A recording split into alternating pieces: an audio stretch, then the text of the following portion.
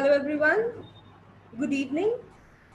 May I request everybody to keep their mics on mute and cameras on off for the session.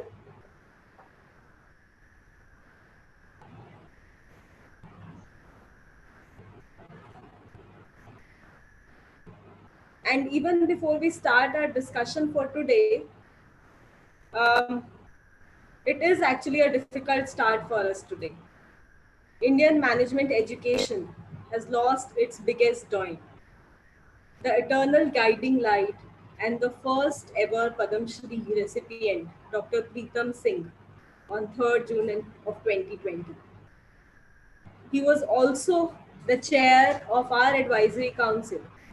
To put it simply, with him began the journey of People Labs as you know now. He was our mentor, guide, and a father figure.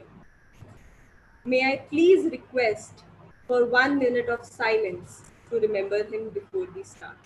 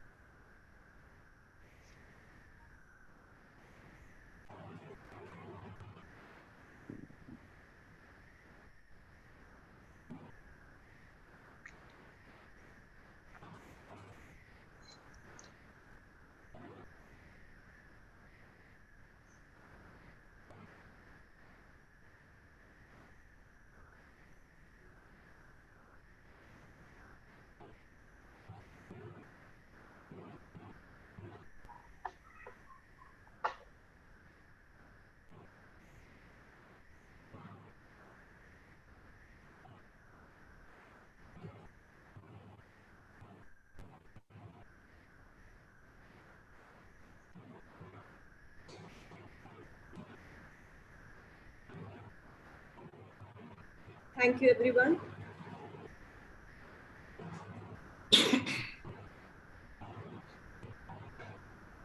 And thank you.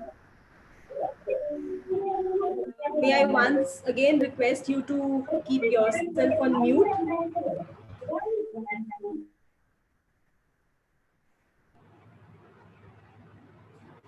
Thank you for joining us for our 7th webinar today, where we are going to talk about entrepreneurial mindset. To discuss this, we have with us Mr. Deepak Chaudhary, who is the category leader for Amazon India.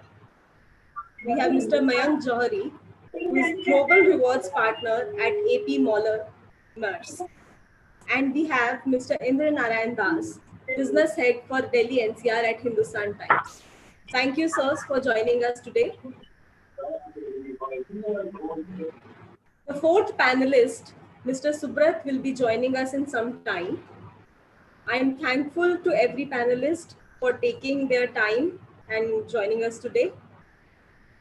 To the participants, it may seem absurd that on one hand, the topic of our discussion today is entrepreneurial mindset. And none of our panelists today is an entrepreneur in common understanding of that term as it stands. But one skill that every manager of future should not fall short of is the mindset that an entrepreneur carries, an attitude that an entrepreneur or a business owner rather than an employee has when he or she looks at a problem at hand. The way we will go about today's discussion is the panelists may share their views for initial 6 to 8 minutes each on what it means to have an entrepreneurial mindset at workplaces. They may share their specific instances where this mindset stands out and helps them approach a problem more effectively.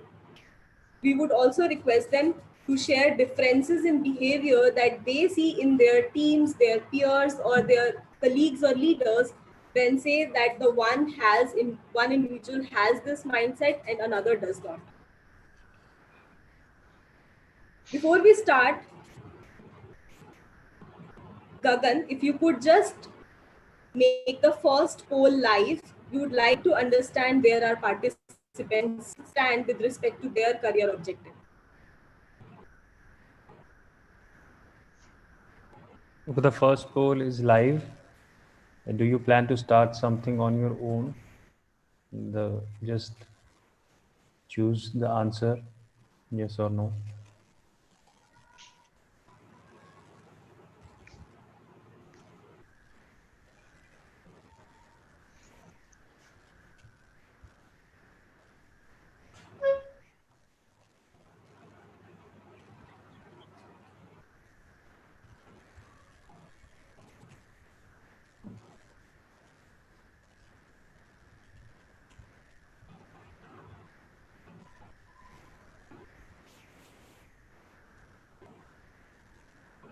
Gagan, you can end the poll now and share the results.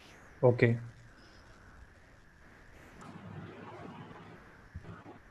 So the 64% says yes and 36% no. Okay. So I think we have a fair mix for the topic today. There is an understanding that whether or not you want to start on your own, a mindset, even at an entrepreneurial mindset at workplace, is something that probably is the necessity of the hour.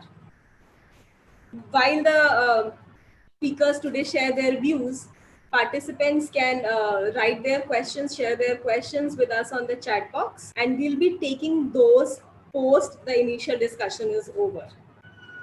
May I request Deepak sir to please share his views?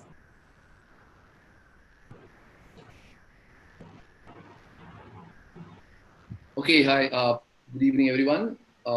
First of all, thanks for calling us here and giving me that opportunity to share my views. I would like to start with these are tough times.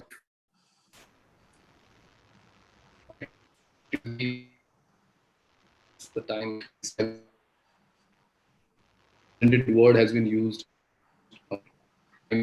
So I guess this for and a lot many people around the country. So I think cognizant of that is something which I would start with. So be safe, stay safe. That's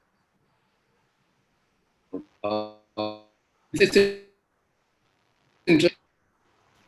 I'm sorry, sir, your voice is breaking.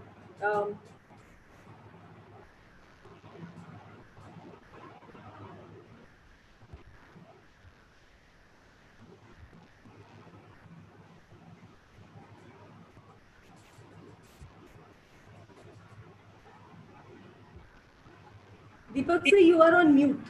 Yeah. I think now it's fine. I think I had a disconnect. Yes, it is better now, sir. Okay, thank you. So yeah, I think the topic of entrepreneurial mindset is, I think it's quite relevant right now. It has always been relevant. It has become more relevant with the kind of times we are living in. These are the times where we are talking about overall, where companies and everyone are looking for different things. Companies, even within an organization, people are looking at a job which can add more value every day. I think the return on the investment and what new are we doing, we are being evaluated on. I think 15, 16 years back, the way our evaluation sheets were, I think that's not the way we evaluate. We are being evaluated now. That's not our sheets work. We see a lot of new things coming.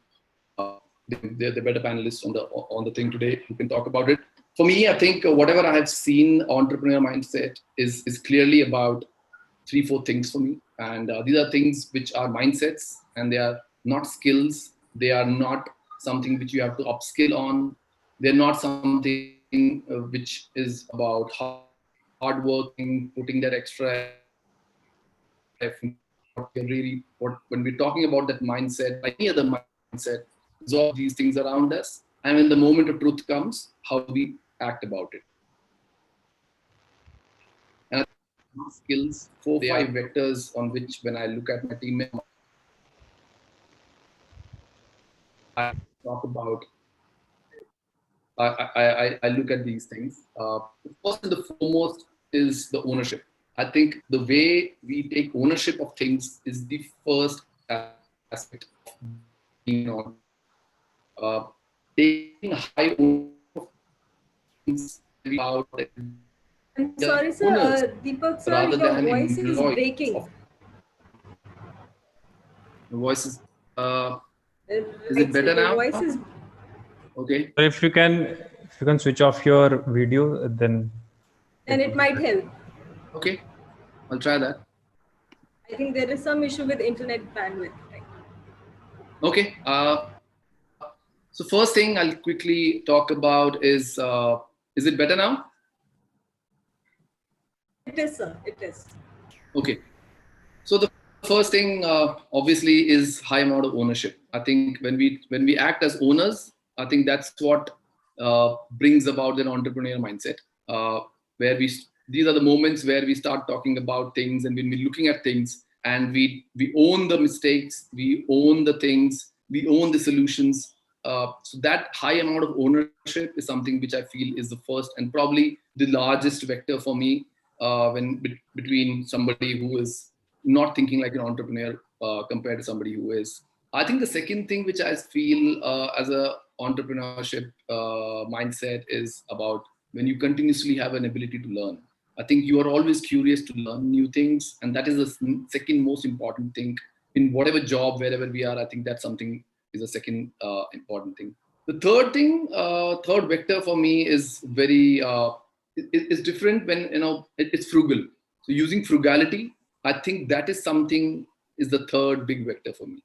All right. Now this is extremely important because frugality a lot of times we confuse with being doling out a cheap solution, doling out something which is suboptimal or probably cutting corners around. No, I think frugality for me is again the heart of being an entrepreneurial mindset. How do we look at different resources? How we look at getting more out of the same resources? That mindset is again pushes us to think, pushes us to invent. Those constraints, they push us to think what is beyond obvious. So yeah, I think I would right now probably stop here and give our other panelists that opportunity to share their views. For me, these three vectors are extremely important, and a lot of it, what comes out for me, is a dimension of these three vectors. Yeah, so this is something which is the start of a entrepreneurial mindset. So that makes a lot of sense. But what we will be coming back to you for is you started by saying that this is not about skills or this is not about upskilling. This is about probably the attitude that you carry. And I cannot agree more. We being into learning and development, when the leaders come to us for their managers to be trained on, one thing that keeps coming back to us is that our people are not taking ownership. They are not behaving as owners of their work. They still want to pull that trigger, but not be accountable for it. So that is something that keeps coming back to us. But then at the same time, the idea behind doing a session like this is leaving the students with thought this is so important. How is it something that I develop, I work upon? So this is something that we will come back to you Sure. to understand from you. Meanwhile, Mayank sir, if you could just share what you think about entrepreneurial mindset at workplace or for someone who wants to start on his own. Thanks, Prapti, and good evening, all of you. And these are different times and difficult times for all of us. And we'll keep acknowledging that as I talk about the topic here right now. Two, three things from my end to start with. I think People Labs, I think they're doing a great initiative by connecting such sessions for people who are actually at home but want to learn more from corporate houses or academicians. I think that's a great thanks to People Labs to start with. I think just to break down the whole word entrepreneurial mindset, I think two parts. Mindset first for me right now. I think mindset to me is mental lenses through which we process information. We assess situations around us. We connect with people, build relationships. So to a large extent, I think that's what mindset for us is. How does mindset come about? I think mindset comes about from our experiences, our learnings, our journeys through life, and a lot of that aspects that come along. What we also realize is that the mindset is not a constant element. It keeps on changing. As you grow, at some stage, you have a little rebellious attitude, reflects in your mindset. You are a learner through your education part in life, and that's what you absorb most of. And the mindset keeps evolving as you grow. And it becomes a culmination of all what you have learned and experienced through your life. In current times, while COVID is one such situation, but I must say that there is a lot of disruption which is happening all around us, and it's completely accelerated by technological advances. I have panelists from organizations which are at the forefront of this, but I can surely say for one thing that I think these have been the times that we have not seen before. And that definitely requires a different kind of a mindset from what we have had traditionally till now. And that's where a lot of my thoughts will come from. Some say mindset cannot be taught. Entrepreneurial mindset cannot be taught. It is ingrained. People are born entrepreneurs. We have finest examples of Dhirubhai Ambani and such examples across us. Nobody set out, got a college education and actually read about mindset. But there's also a fact that if there is a concept, can it be learned in some manner? And there is a simple example. Entrepreneurial mindset people would typically have lots of provocative questions. And how do you do that? You basically start building a lot of reasoning. Can't reasoning in a structured manner be taught? I think it can be to some extent. So there are certain elements about entrepreneurial mindset which need to be thought through clearly, and then see what could be the logical relationships and how we can learn through that. 2-3 challenges at a personal level I can tell you is that at an education level, I used to be an absorber as a mindset. When I came to job, it meant that I had to contribute, and that became a mindset. I have been about more than 1.5 decades now, professional experience. I see functional expertise as one of the mindset that I carried for a large part of my career. Now it needs to be a more enterprise leadership mindset, is what I'm looking at. How I'm an HR guy and rewards professional compensation and benefits, salaries, that's my bread and butter.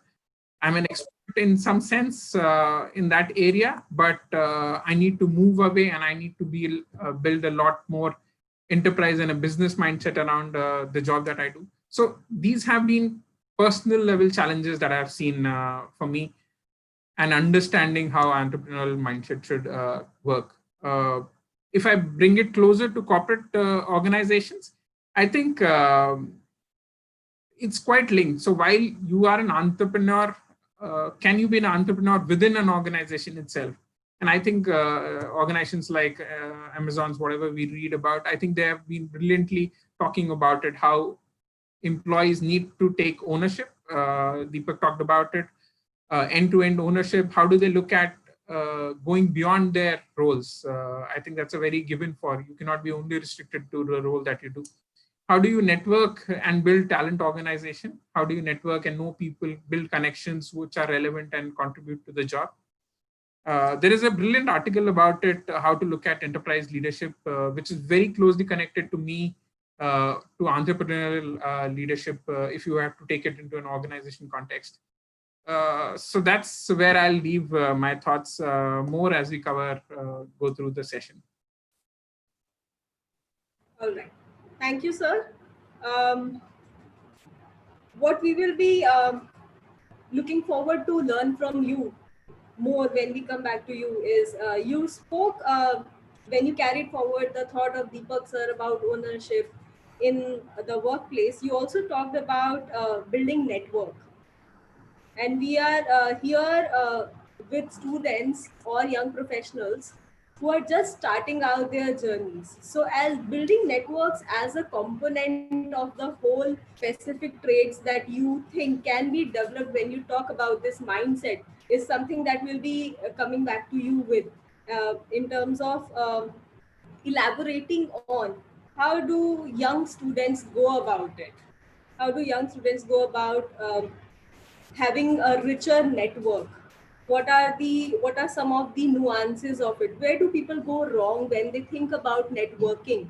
So that is where we'll be picking the discussion with you. Indra Sure. sir, if you could share your views. Yeah, hi everybody. Am I audible clearly?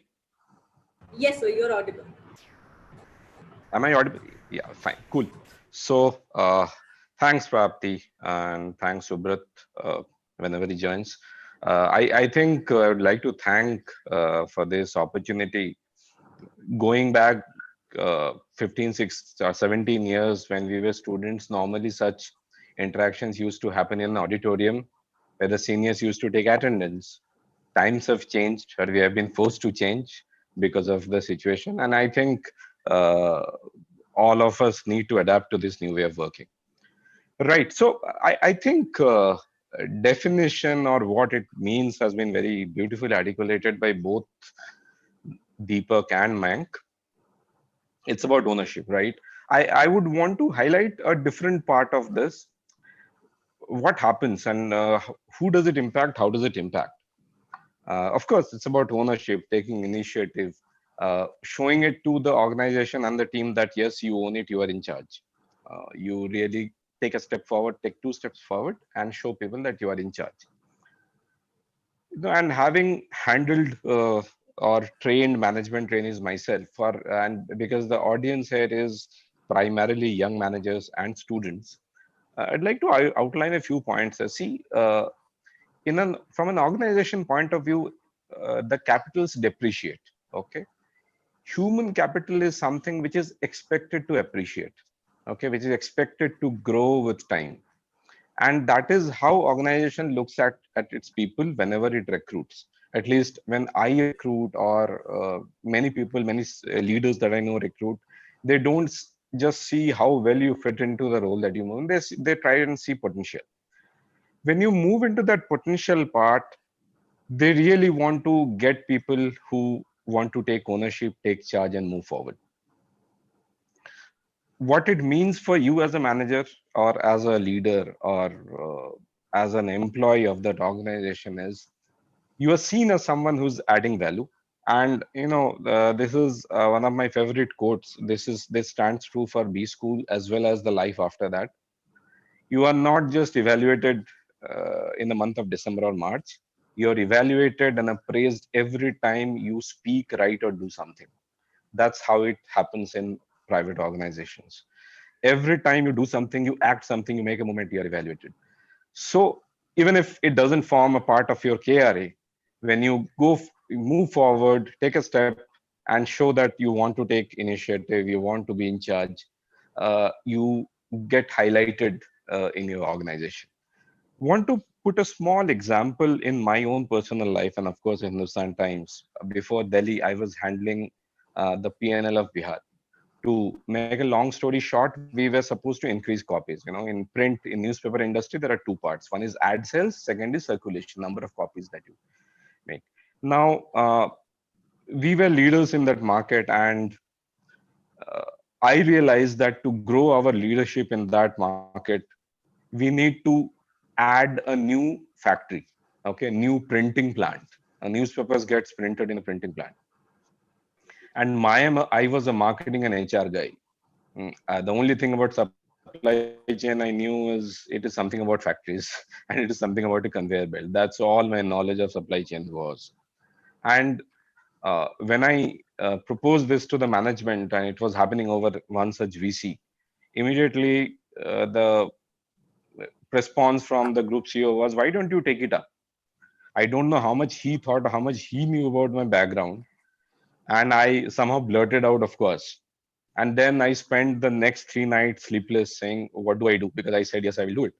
But you also realize that whenever you take charge of something, you take an ownership, you want to really make a difference, everything else around kind of conjures up a support system so that you're able to deliver it. More often than not, it happens.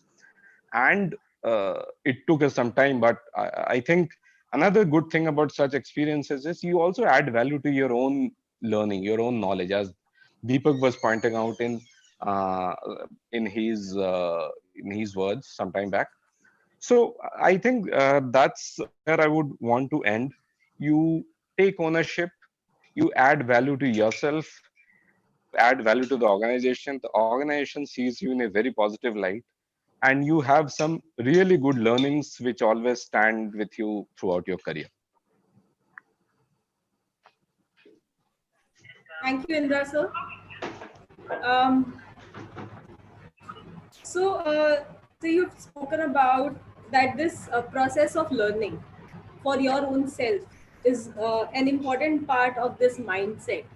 That is an outcome that you are looking at, as well as the growth or the value for organization that you create. Sure. We would like to understand that when you say that it's a process of evaluation, it's a process of learning, you have a long career in corporate now. Uh, you look at individuals. Uh, is there anything that stands out about an individual that you could point out as saying that this person has an entrepreneurial mindset and the other person does not? What differentiates one uh, from this, or what standouts in personality Yeah, of one person? you want to go out, you want me to go now, respond to you now? Yes, sir. Yeah, so first of all, in a setup, in a corporate setup, uh, people with a high energy uh, or a high level of activity always get noticed. So when somebody has an entrepreneurial mindset, they always get noticed. So you would see them as high energy, Secondly, often what happens is the work that we do becomes routine. I know the different jobs would have different routines, but often it becomes mundane. Whenever you see that you have given somebody some job, or there is some responsibility or some KRA which has to achieve, and he goes ahead and achieve n+2 or x+2, not all the time, but say 7 times out of 10, that is when you realize that this guy will go further, this guy will progress further, this guy will really do well. And if I look back on my career, there are innumerable examples. As a person is supposed to do increase these many distribution points, supposed to increase profitability of his distributors by this margin, and he goes ahead and does much more than that, not because he wants to show off something, but because he thinks that that is something which will add value to the organization and the business. I have been a sales and marketing, more sales than marketing, more sales and distribution channel guy. So whenever I have looked back in my career and remembered the best guys that I work with, these were always the guys who took those 2 steps extra, who went that extra mile in doing whatever was given to them. So it's safe to say that going beyond your call of duty is something that gives you visibility, Sure. and that also speaks of your mindset that you are ready to take charge of things. You want to take charge of things, not only for yourself, but also for your organization. Sure. Sure. Okay. All right. Deepak sir, um, you spoke about ownership, and I shared with you that this is the biggest challenge that our clients come to us with, that people who join in, they want to work like an employee who is being guided into their roles continuously, rather than coming to a point where an organization feels that we can leave things to them. So ownership is something that's a huge challenge, and that is something that is an area where organizations want us to train people. So, Sure. so I take that. how do you train someone into it?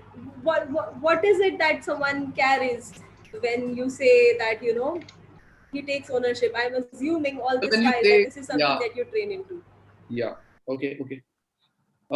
Actually, when you say an organizations come or the clients come and talk about this aspect where they see their employees not demonstrating ownership, I think what you mean is that probably some managers come and they complain about the fact that how do they train ownership or how they inculcate ownership in people, right? Uh, I think when you talk about mindsets and especially ownership being a mindset, I'll just take probably a minute to talk about what I mean when I say ownership and what I see when I see an ownership in that, right? If you see a defect in your organization, if you see something was wrong, a customer called you and said, "Hey, the painter at my home reached late and it ruined the way the things happened." If you are an area manager, what do? You fix the paint. You call your supervisor. You look at the painter. You probably try and fix that situation and rescue the customer there. And if you stop there, so if you do that good, you're a great task guy. You did really well, right? But if you stop there, then that means you are not showing an ownership. Ownership in that aspect for me would be when you see a defect in an organization or in the process, which can be highlighted by an anecdote, which can be highlighted by a customer complaint, which can be highlighted by your own deep dive when you see a pattern. You don't stop by just solving that defect. You go to the root cause of that defect. Even if it is not in your own purview of work, probably you'll go and try and find out why did our system not alert that the painters are reaching late. Do we even have a system? Now that is something like thinking like an owner. You are an area manager of Chandigarh. You don't create systems in the company. But I think you would probably draft a mail and send it across to the IT team that, hey, I would love to partner in this work. And if you are thinking or not. Now that's like an ownership. Other ownership would be when we are looking at when we're looking at a number outcome, right? So when things happen or when the things don't happen, how do we behave as owners?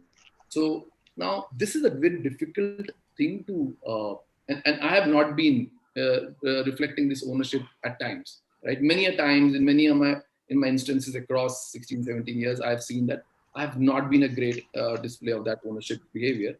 But actually, if you see, a lot of times I have, and I have observed people doing that, and I learned that at that moment of truth, how do I behave? Did I externalize the problem? Or did I actually say that, hey, there's some defect here?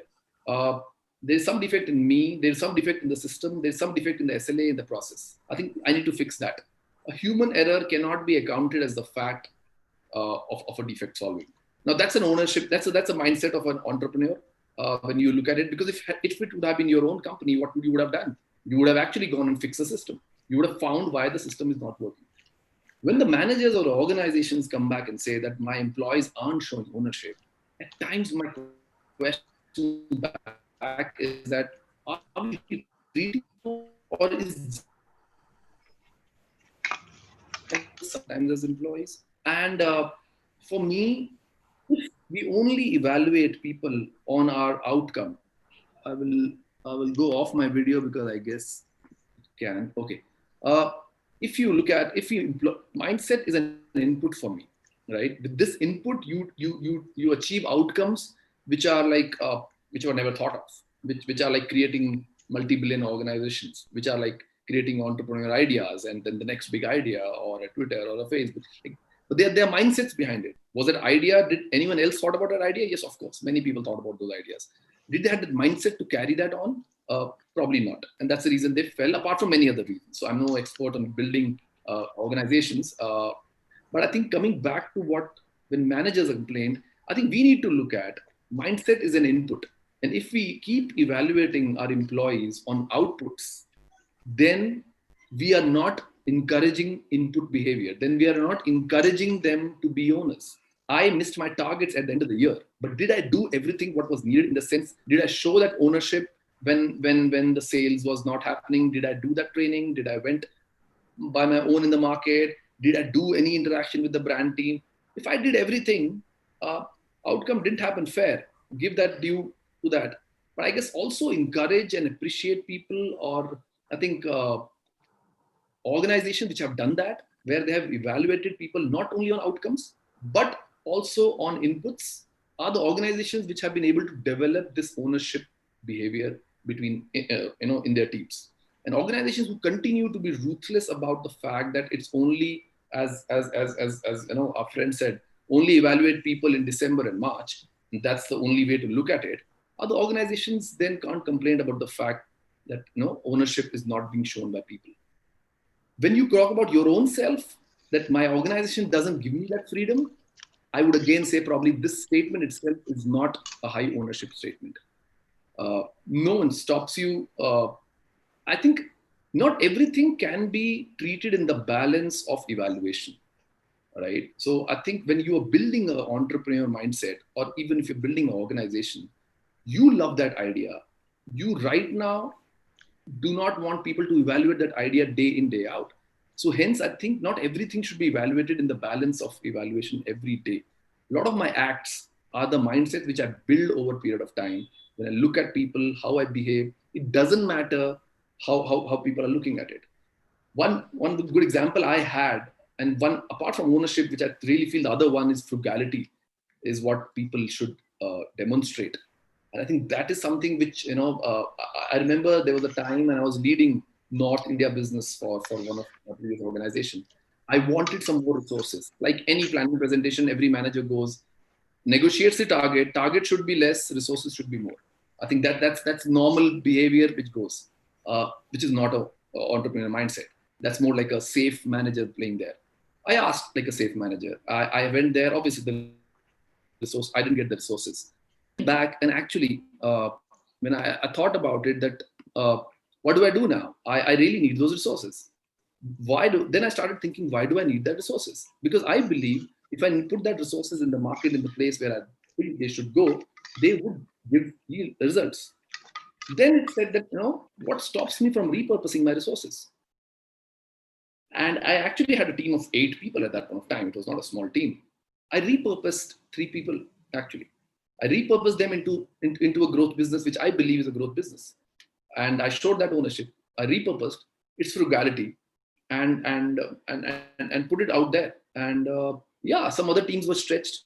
My own team was stretched in some way, but we saw results. The moment we saw results, we showed it to the organization that, hey, look, I think there's some merit in putting the resources there. And with, so we didn't get what we wanted, but probably we started showcasing the organization that we can. So this is just example where you don't really have to take a big task. You don't have to go out of the way to do something major. It's a small things in your day-to-day behavior when you look at it. This is what probably I feel ownership is. This is what probably is entrepreneurial mindset is.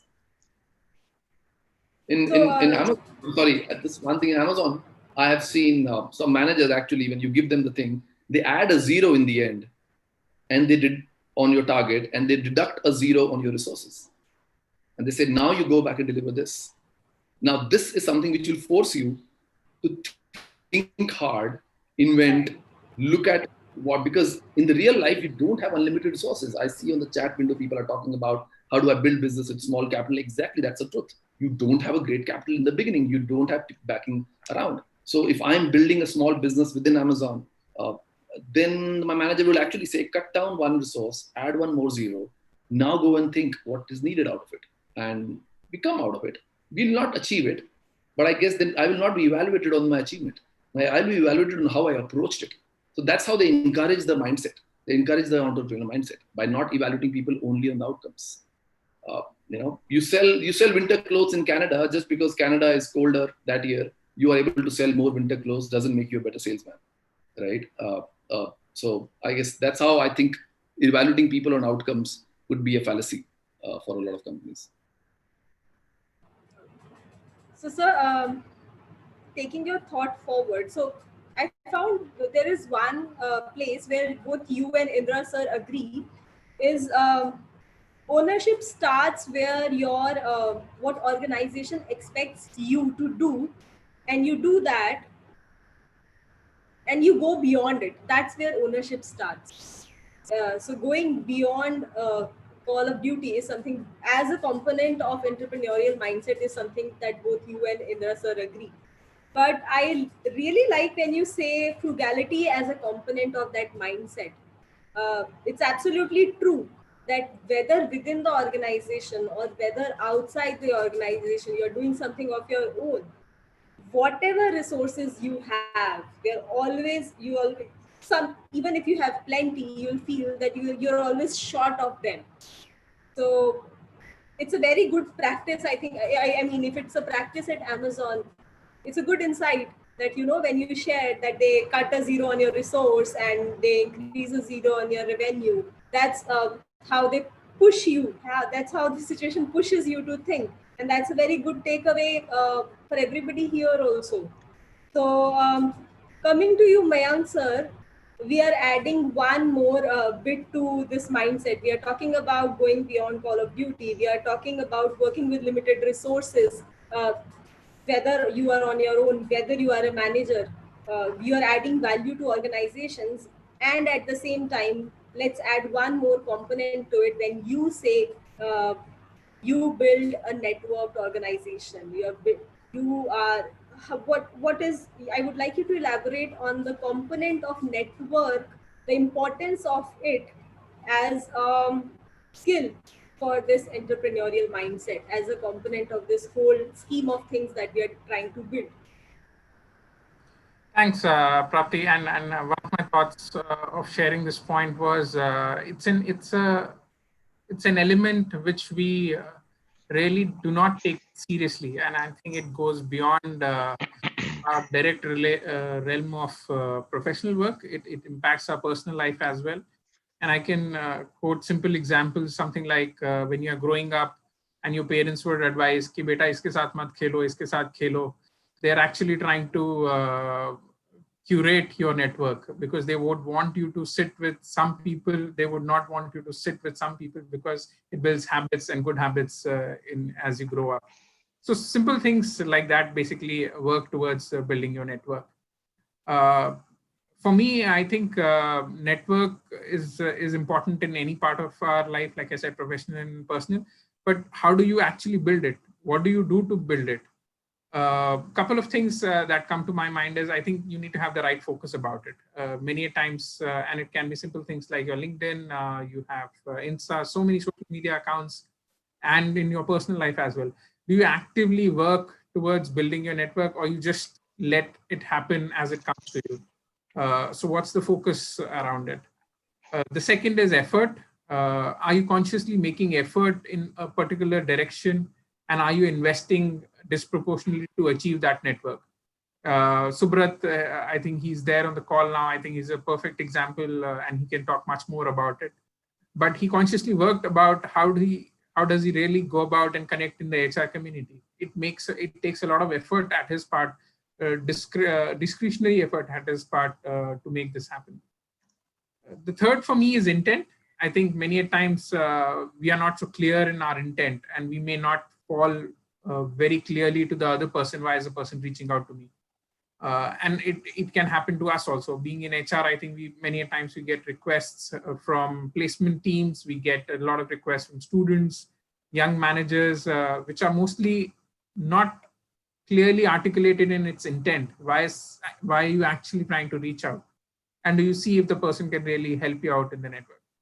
Which brings me to the fourth point, actually. A network usually is not a one-way street. It's a two-way street. You have to be contributing from either side. If somebody is getting connected to you, you do want to see some value coming out of that connection. At the same time, when you are connecting with somebody, people would expect that you contribute in that relationship. So it's a two-way street. Simple examples, how can you do it? Is start with small experiments. Try to build relationships outside your regular circle. So if you are a technology geek and you have all your friends which are from tech background, start picking up friends, colleagues, people around you who are not from technology background. And that actually goes a very long way in building your different perspectives in life as well. Such that's one. The second is many times try to change context by itself. So the whole context and a perspective that you get is through media, through articles you read, through people you interact. Try changing all of that context with a different lens and think of somebody who's really far away from your thought process and see that how are they thinking, what are they reading, and try to pick on that. So these are important elements, and I think very important on how we could start building our networks and really build a network which will last long. Yeah. All right. Thank you, sir. So we'll be taking questions from audience now. So if you have any questions, you can post it in the chat window. We have a few questions here already. Whoever of you wants to take the question, will be happy. Whoever thinks that you'll be able to answer the questions best for students. One of the questions that has come is, how do I handle a team as well as an employee, a team well, as all employees are not serious and just want to complete the task and not concentrate or focus on quality? I am sure you would have been in situations like these. What do you advise someone should do?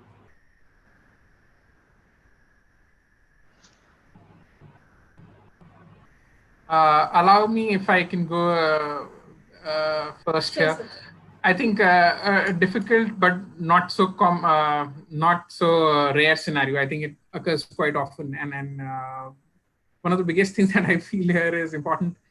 Focus on quality is extremely important. I think, and there are two concepts around it. So people talk about, could you just do a little less than the perfection and still work with that? Which people often say is that good is the enemy of great. But at the same time, I think for any manager who has to get some focus around it, I think ability of a manager to push the team to see the larger purpose.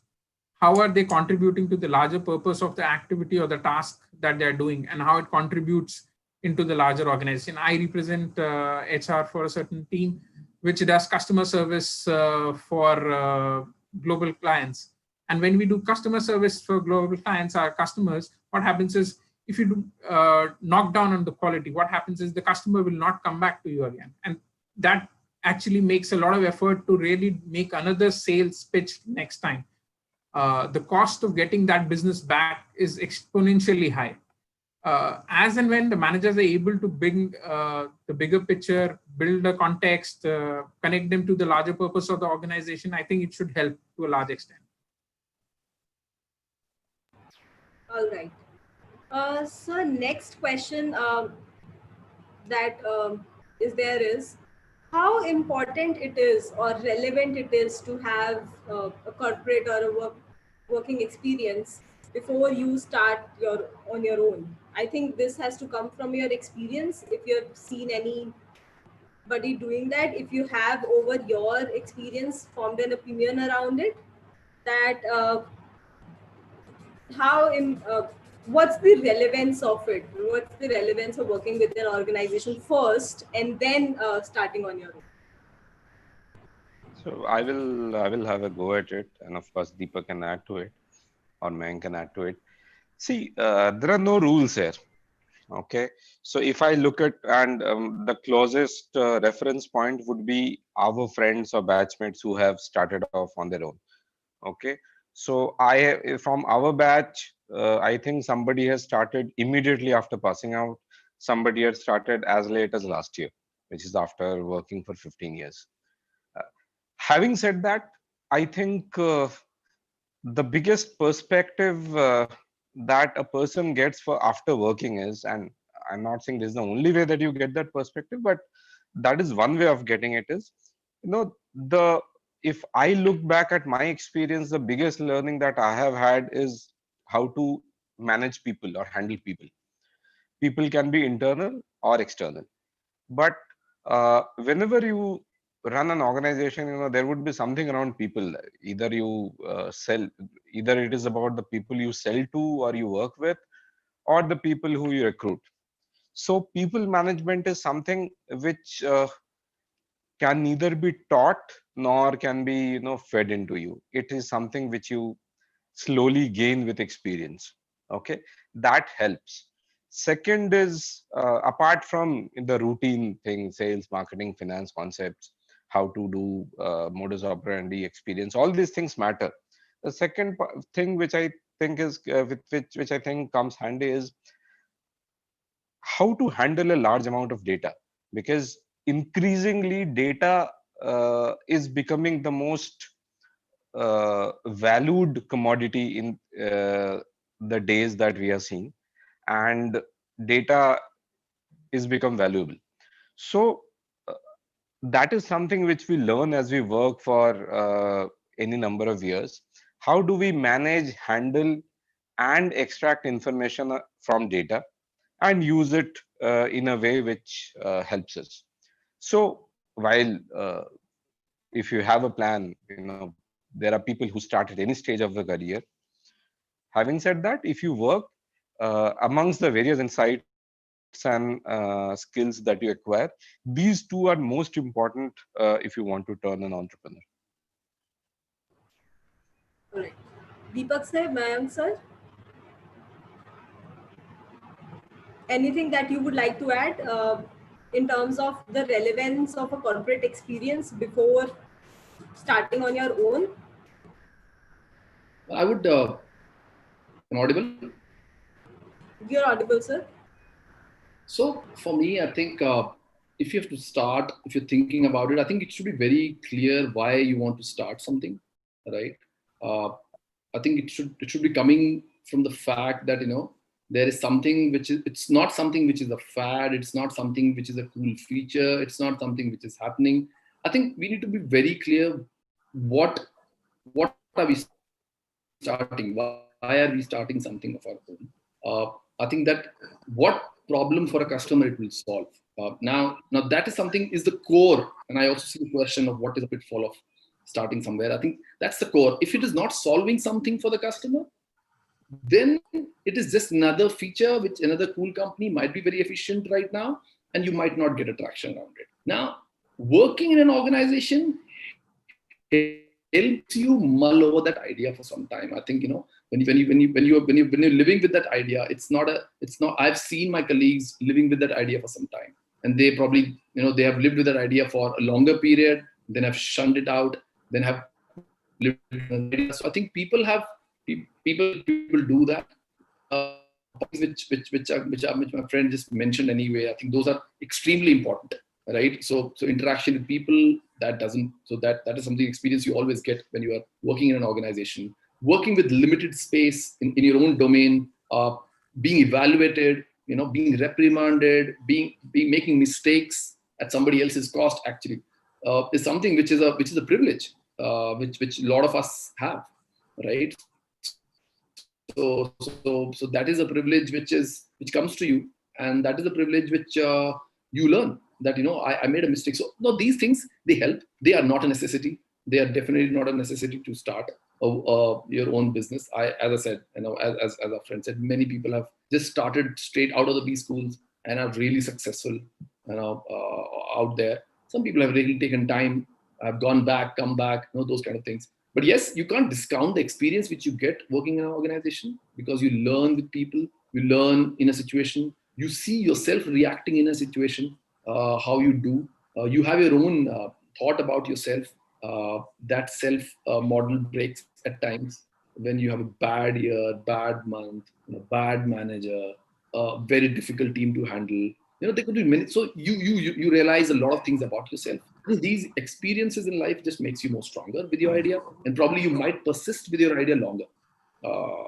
Because now that initial failures happen, and even in a very running system like Asian Paints, I missed most of my month-end targets. Right, so it's a great it just goes on its own still, but that doesn't make me a bad. How I handle that thing is something that tomorrow when I start an idea I might be. So these are things which helps. Again, it's not a necessity, but it does help in that sense. All right. Mayank sir, would you like to add anything? Not much. I think these guys have spoken already. I feel the same too. I think to some extent, experience does help to see things from a different perspective. All right. Okay.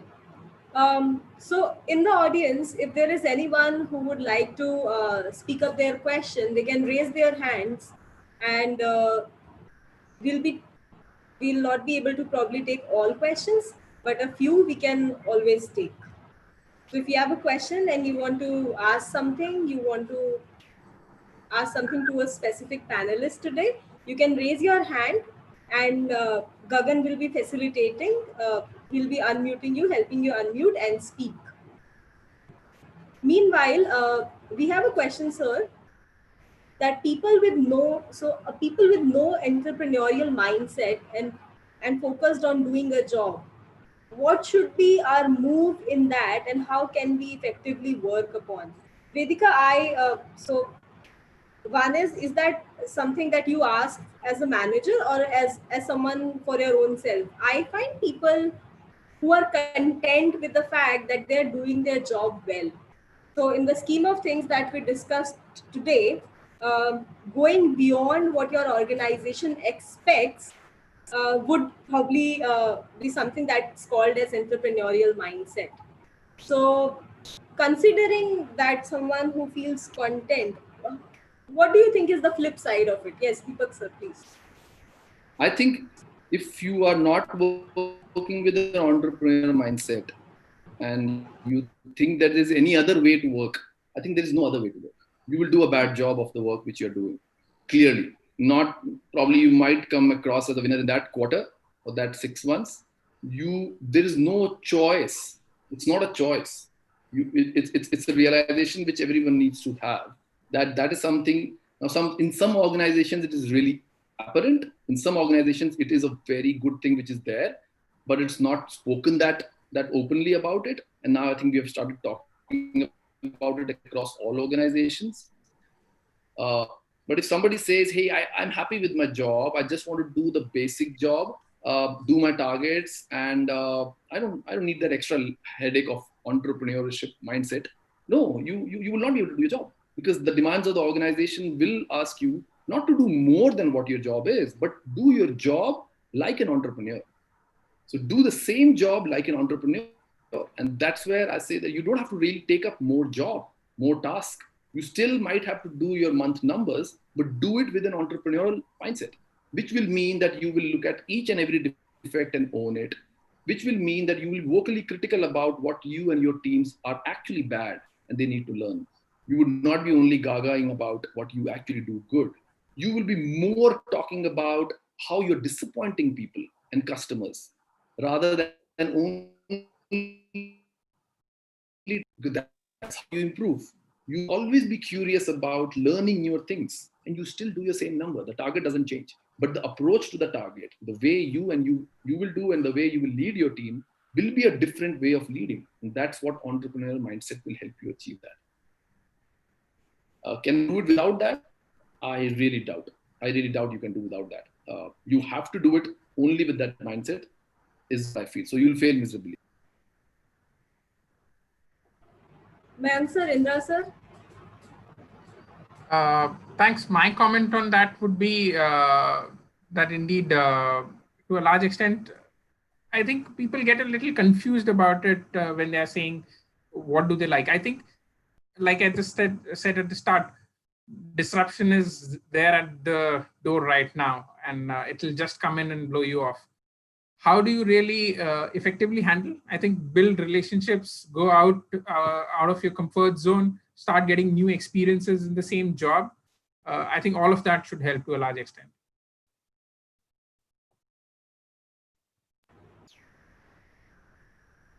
Indra sir spoke about people management. As to when you are working, there are two things. One is data management and one is people management. These are two things that, if nothing else, this is what your corporate experience will teach you. At the same time, there is a question, Mayank sir, because you are from the HR, that why is HR underrated, or so is the perception of students here with us. That so so in that sense, first question or myth, if you would like to break around, is HR really underrated? And when people management is the skill that's most important uh, for someone who is building up on an idea to start on its own, how do you see this?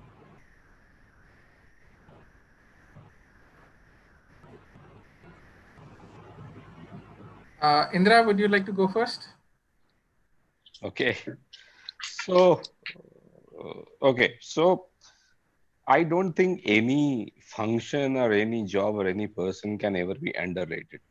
I believe the roots of this question would be some hearsay, because organizations are in the role of, are in the business of earning money or earning revenue, and because the focus always goes into sales or business, and therefore HR takes a backseat. See, I have worked across industries and organizations, and like all divisions, there would be some great divisions and great people, and not so great divisions and not so great people.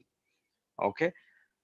I have been in organizations, and I would like to point out like Johnson and Johnson and Nokia, where HR was class apart, and they really made a huge difference in people's lives. So, I don't think HR is underrated at all. In fact, one huge benefit of HR, which is not always with sales or marketing, is if you want to be an HR professional, you can move across industries with greater ease than a sales guy. Especially the more time you spend in an industry, you get kind of stereotyped. It doesn't happen with HR. Okay, HR is evergreen, and HR easily transitions from one industry to another.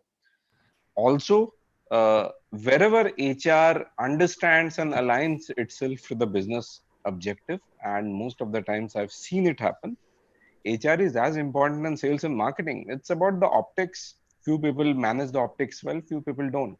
I think that's about it. Any organization is like a vehicle where all the parts are important. Thanks, Indra, and I think a great endorsement from business, if I can say so. And I completely agree to the view here. I think some organizations really underplay at times, and some organizations do not bring it at the forefront. It's not a function which is at the forefront for sure. But in the background, I think it holds its own importance. There are a couple of brilliant business leaders like Dr. Santrup Mishra. He's CEO of one of the businesses, an ex-HR guy. We have Subir Raha, who was at times head of ONGC, the largest conglomerate Indian PSU. They have been ex-HR guys at the forefront as business leaders as well. I think it's a unique position. We enjoy a lot of benefits, a lot of patronage in a way. We know everybody's salary. There are lots of perks of the roles as well. So those are the good things about it. All right. So Subrat has joined us. Hi, Subrat. Yeah, hi, good evening, everyone. My apologies, but as you, Prapti, might have shared, I was there in a condolence meeting for our guiding light, Dr. Preetham Singh. So I just got free from there. I am here. I'm pretty sure, Prapti, if you can carry on, if there is anything you want my inputs or any question for me, I'll be happy to take that. So yes, so there are a lot of questions around capital and starting on your own. Lack of capital, and if you have knowledge and skill but you do not have capital, or so how do you go about in that situation? And I think this is where when Deepak sir talked about, even before knowledge, skill and capital, the idea itself needs time to be spent on thinking through it. But if you've thought through it, let's assume that you are there, that you have a viable business idea and you really want to start on your own. How do you go about the situation where you feel that you lack capital? So any of the panelists, from their experiences, if you've seen your friends, if you're doing it on your own. Subrat? Okay, so, let me start with a controversial statement. That controversial statement is an entrepreneur cannot be half pregnant. And what I essentially mean is that every week I talk to at least 20 of my friends who always share with me, yaar, apna kuch karna hai. And the moment you say na कि ठीक है यार तू नौकरी छोड़ के आजा अपन साथ में मिलके करते हैं, their pet reply is ऐसा करते हैं ना Subrat, we start with you, I will be on a part-time mode, and then when things click then I will come. And trust me, after 10 years I have started telling them on their face, and Mayank could know it very well, that I say that you know what, you are idiots, and I don't want to have any truck.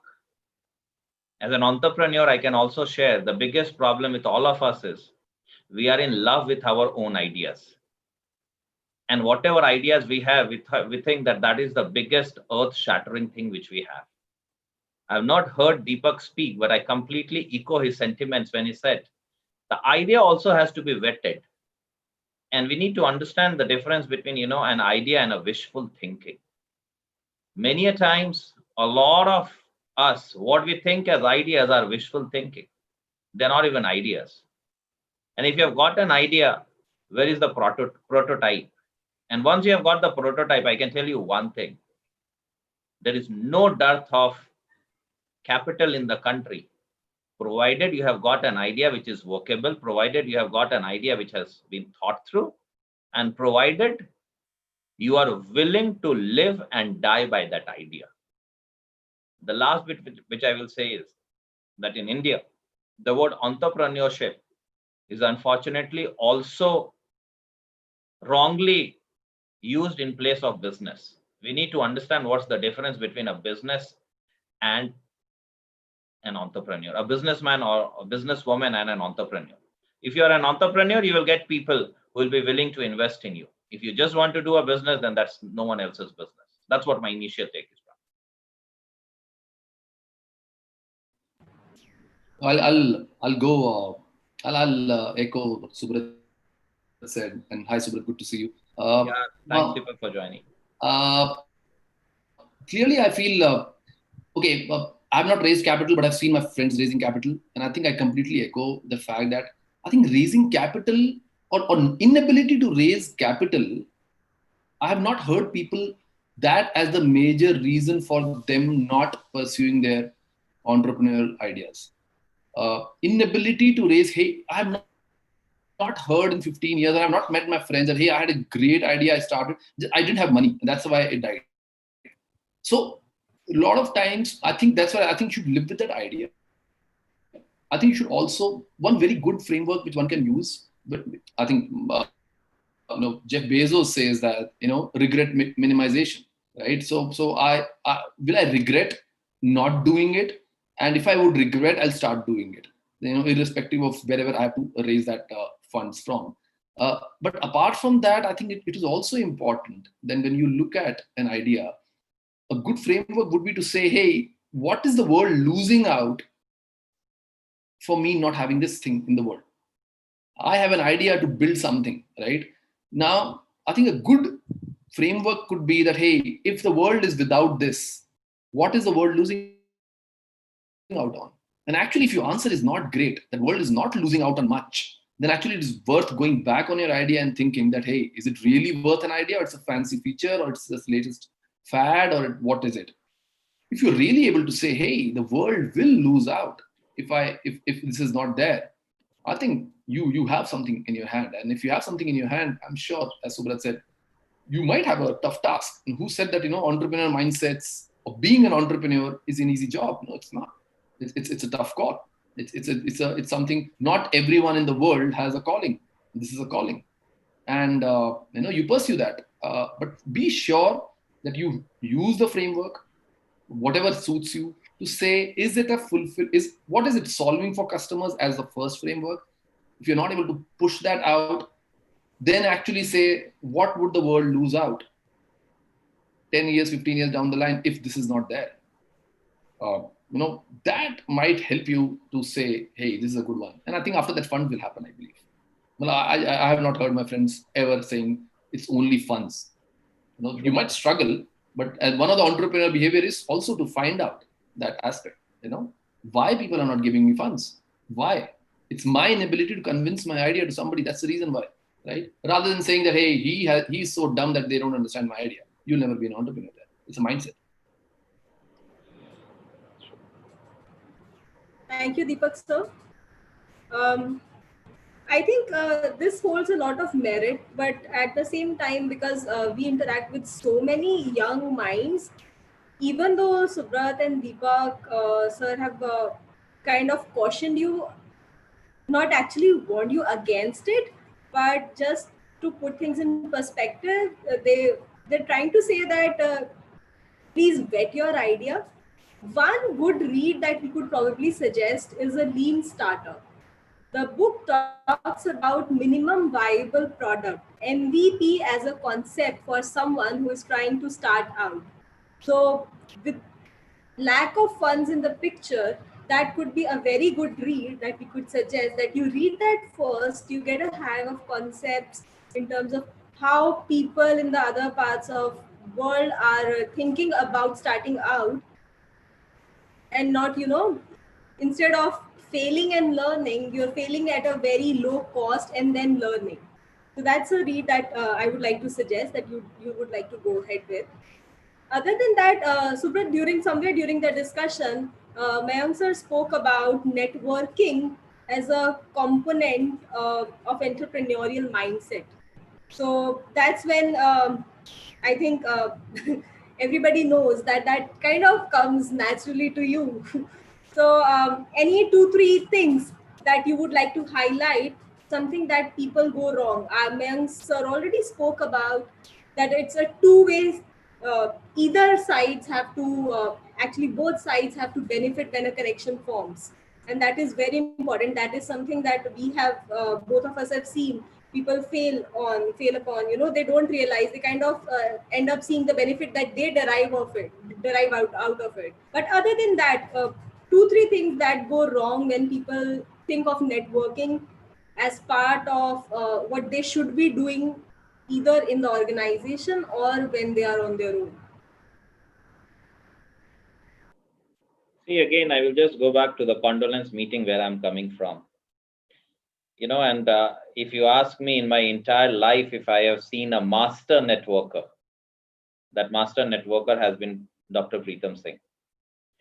And if I just quote from what he used to say, or what I have seen him doing is, as a master networker, the biggest problem in networking is that you want to network and then you share, this is my expectation from you. The first philosophy of networking is that please ask the other person, how can I help you? That is part number one.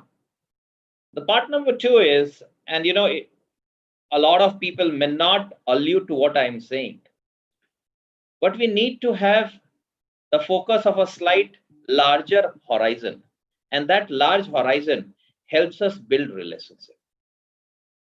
With all the speakers out here, I have shared an equation over the years. And Deepak was telling me today that, when did you get married and you did not even inform me today? But I can tell you one thing, that there will be very few friends like Deepak who will have that complaint with me. It's just like dropping a hello. And I do that, I and Mayank do that quite often, so that it is natural that whenever Mayank is this side of the country or I am that side of the country, though in COVID we do not know when we will say that next, but it is natural that we have to catch over a cup of coffee. But the second problem in networking, which I'm trying to tell you, that we connect not because of relation, we connect because of transaction. And please understand, networking is a relationship building game. It is not a transaction. Till the time you will evaluate networking from a transactional perspective, you can have a healthy, a beneficial, or an unhealthy, or a unprofitable transaction, but that they will never terminate into leadership. And the third and only point I will tell you, it's about standing by someone when you are not even asked. It's not only networking with you, it's networking even with the peers.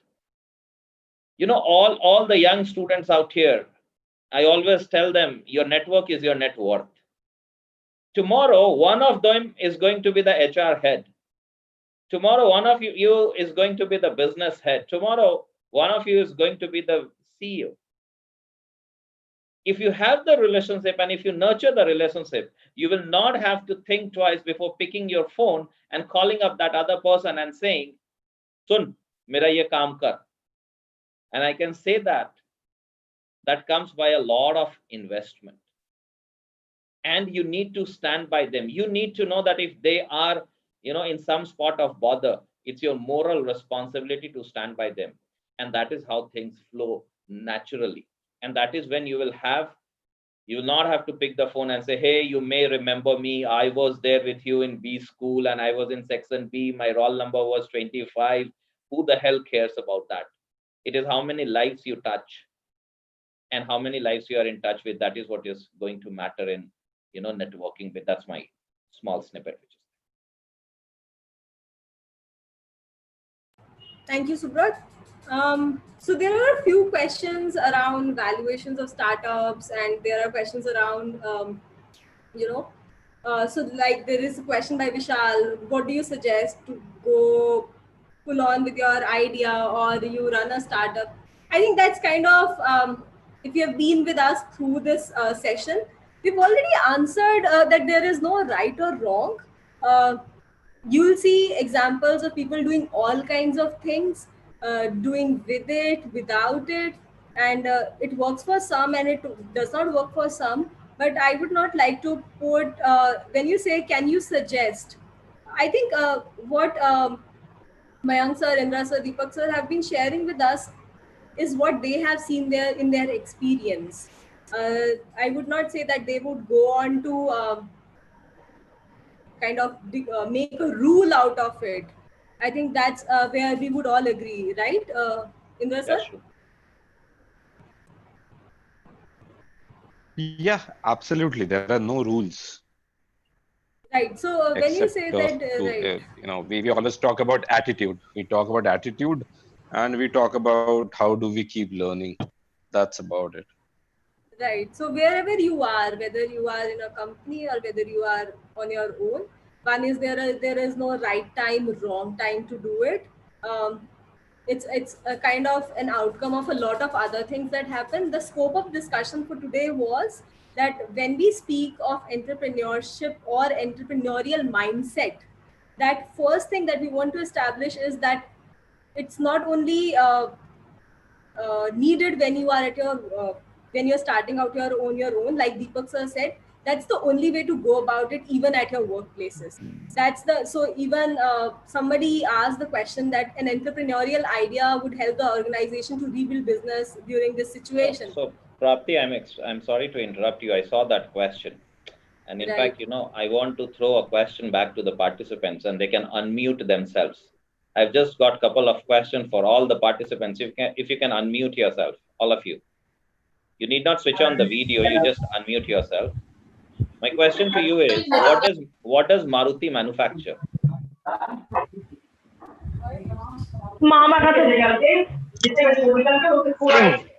What does Maruti manufacture? Cars. Okay, cars. Okay. What does Asian Paints manufacture? Paint. And now you can mute yourself, all of you.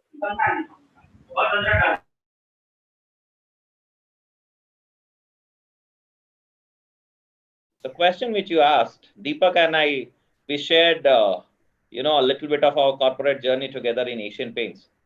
Only yesterday, there was a news article of, Maruti, that Maruti has come out with gloves.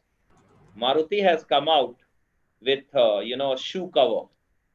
Did actually Maruti ever manufacture any one of them? Maruti has come out with seat partition. Deepak and I can relate that in our entire life, we would not have thought that Asian Paints will manufacture sanitizers. Am I right? Yeah. No, I get this question, Subrat. Yeah. When I go to campuses for, the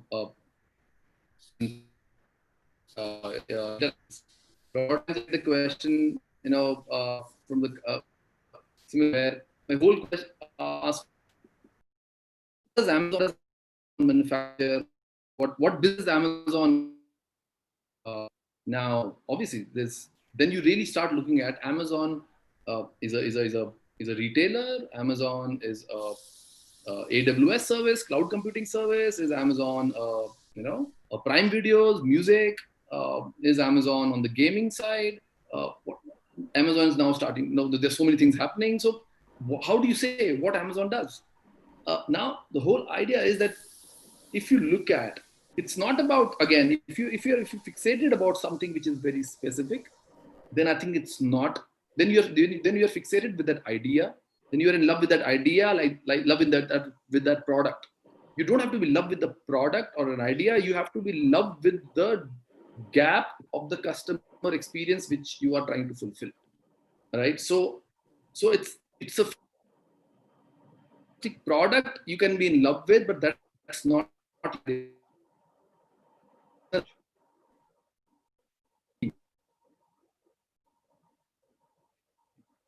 Deepak, if you can just switch off your video, I think that will help us get you better. Deepak, if you switch off your video, it will help you. It will help us get you better.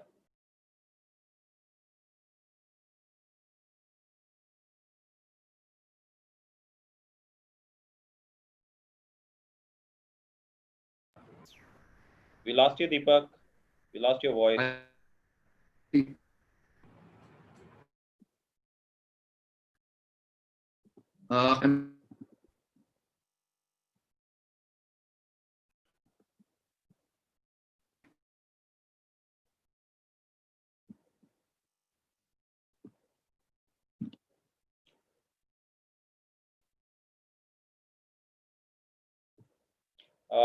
Deepak, you're not audible. You can switch off your video. That will help in the bandwidth. Okay, I think somewhere we missed out on Deepak, and he'll be joining us back soon. Indra and Mayank, meanwhile, I have a rapid fire question for you people, a rapid fire round. I hope you won't mind. Yeah. Sure. So, coffee with Subrat. Throw it. No. So Deepak is back. Deepak, just. But you need to tell us. But you need to tell us who the question is for. Otherwise, both of us will start talking simultaneously. No. So one by one, I will all three of you have to answer this set of 3 questions. I will come to each one of you one by one. Sure. And I will ask with you, Indra. In your entire experience of more than a decade, almost 14 years now, what percentage of interview candidates you have met who have actually displayed the entrepreneurial mindset? Just that number, what percentage? 20 to 30%. Mayank? 5 to 10%.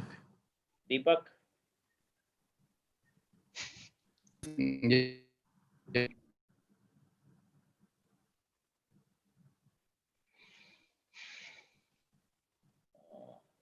Deepak, you just, I think it will be better now. Yeah, go ahead, Deepak. 10 to 15%? 10 to 15%. My question number 2, entrepreneurial mindset is a necessity or a luxury? Necessity. Indra? Necessity, of course, necessity. Mayank? You know my answer, necessity. But then I come to you, Mayank. I have at least been witness to a debate which talks about, HR should have the business ownership. So specifically to you, I ask this question. What do you think that even for those who are looking forward to pursue their career in HR, what is the importance of entrepreneurial mindset? I think very simple, and we had a very unfortunate examples being played out very recently. A lot of people lost jobs. A lot of people had pay cuts. Only if HR was in the firm position to realize that these talent is a resource which is going to be there in the very, very long term. I think very unfortunate decisions at certain organizations. Very simple things like how do you ensure that HR contributes to preserving cash could have been some examples that have shown the business. And I think your alma mater, in some sense, I think one of the best examples where Indian company went ahead with bonuses and increments globally. And that's a finest example. Okay. Indra, if I come next to you. Yeah. My question is, what is more important for students? Certification or skill? Which students? I'm talking about, say, the B school students. As a leader, what you will give more weightage to actual display of skills, or you will give more weightage to the certifications which they have? Well, I will say certification, because the assumption is that certification will give them those skills. But I have one more thing to add. Yeah. I know that you do spend decent time on LinkedIn these days. Yeah. Or in general, I'm talking about. But my point is, have you seen the entire flood and flurry of certifications which have come? No, when I said certifications, I specifically meant the B school degree, not general certifications. No, I'm talking about all the forms of certification which nowadays we see a flurry on LinkedIn. No, of course, then skills. Of course, the skills, because certifications is of no use if it doesn't hone your skills. Deepak, if I come to you, you have spent time in contrastingly two different genre of companies. One is a typical Indian company started by patrons from Gujarat, and then on the other hand, we are talking about a complete new gen company, Amazon. My simple question is, do you think that entrepreneurial mindset was important at both the places? Yes, no doubt. I think entrepreneurial mindset was important across both the places. I think it's not that only if you're working in an entrepreneurial company. I think even the Indian company Asian Paints is a strong example of how they inculcate that mindset, right? So I think it started there. Probably, as I said in my earlier, in some bits and pieces where I said, in a lot of companies, it is not that apparent. We don't talk about it day in, day out. Asian Paints is one of them, where we don't talk about it, but I guess the way people are talked about, of giving the responsibility, owning the thing, so you can question things, you can be critical about the organization very, very openly in our conferences. So I think, yeah, it's pretty much both places, and that's the reason probably both of them are successful in their own way. Thank you so much, Indra. Thank you so much, Deepak. Thank you so much, Mayank. My sincere most apologies. Due to unavoidable circumstances, I joined late.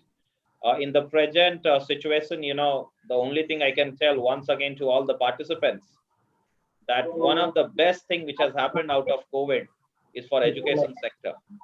That on a Saturday afternoon, on a Saturday evening, you have the luxury of listening to such great stalwarts who were kind enough to spare their valuable time and join us for sharing their insights. In the virtual way, I think each one of them deserves a big round of applause. All of you are digital natives. Can we have a big round of applause for all of them, all three of them? If you do, I think you can figure out where that clap sign is. Thank you, guys. Thank you so much. Thank you so much. Thanks once again, everyone. Thank you so Thanks much for the opportunity. Thank you. Thank you, everyone. Thanks a lot. Thank you, sir. Thank you. Thank you. Thanks. All the best. Stay safe. Thank you.